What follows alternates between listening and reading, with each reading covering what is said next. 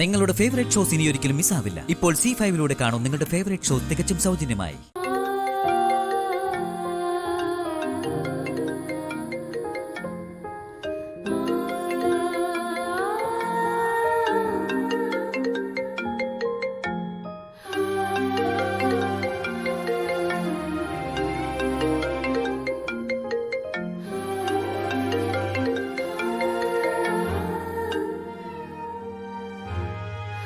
Hello ചേച്ചി, എന്നോട് പിണക്കമാണോ?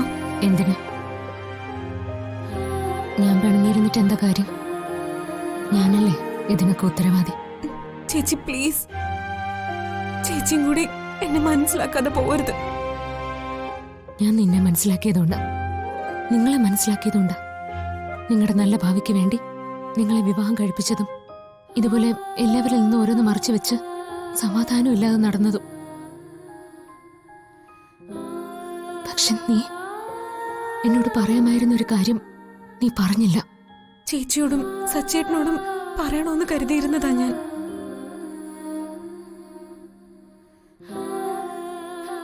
പിന്നെ സന്ദീപിനോട് പറഞ്ഞിട്ടാവാന്ന് കരുതി.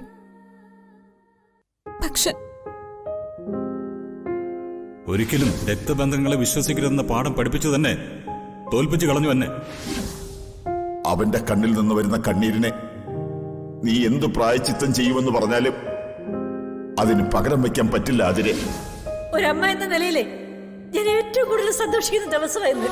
ഇപ്പൊ അമ്മ കരഞ്ഞു പറഞ്ഞിട്ട് പോയ ഓരോരോ വാക്ക് മതി നീ ഒരിക്കലും രക്ഷപ്പെടാതിരിക്കാൻ.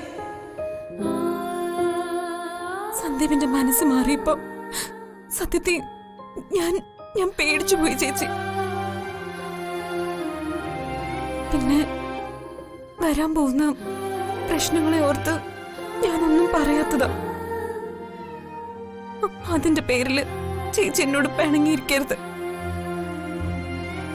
ഇനി എന്താ നിന്റെ തീരുമാനം? കാര്യങ്ങളൊന്നും നമ്മുടെ കയ്യിലല്ല ഇപ്പോ.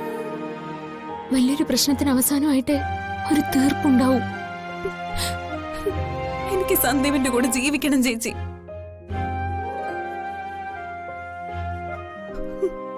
എന്തായാലും ചേച്ചി പറഞ്ഞ പോലെ വലിയ പ്രശ്നങ്ങൾ ഇനി ഉണ്ടായെന്ന് വരും.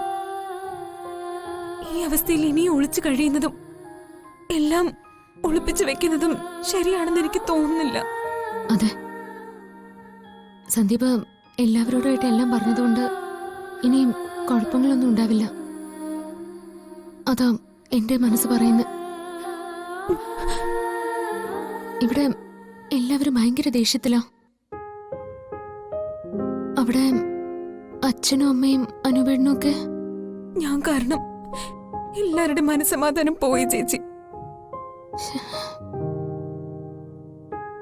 അതുകൊണ്ട് എത്രയും വേഗം ഇതിനൊക്കെ ഒരു പരിഹാരം ഉണ്ടാവണമെന്ന് ഞാൻ പറയുന്നത്.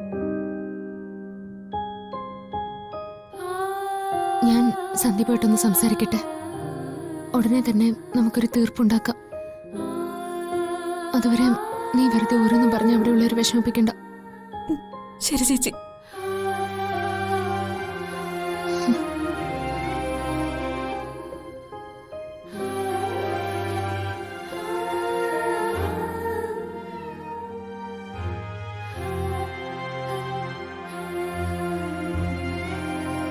ഡൗൺലോഡ് ചെയ്യൂ C5 ആപ്പ്. കാണൂ എല്ലാ എപ്പിസോഡുകളും സൗജന്യമായി.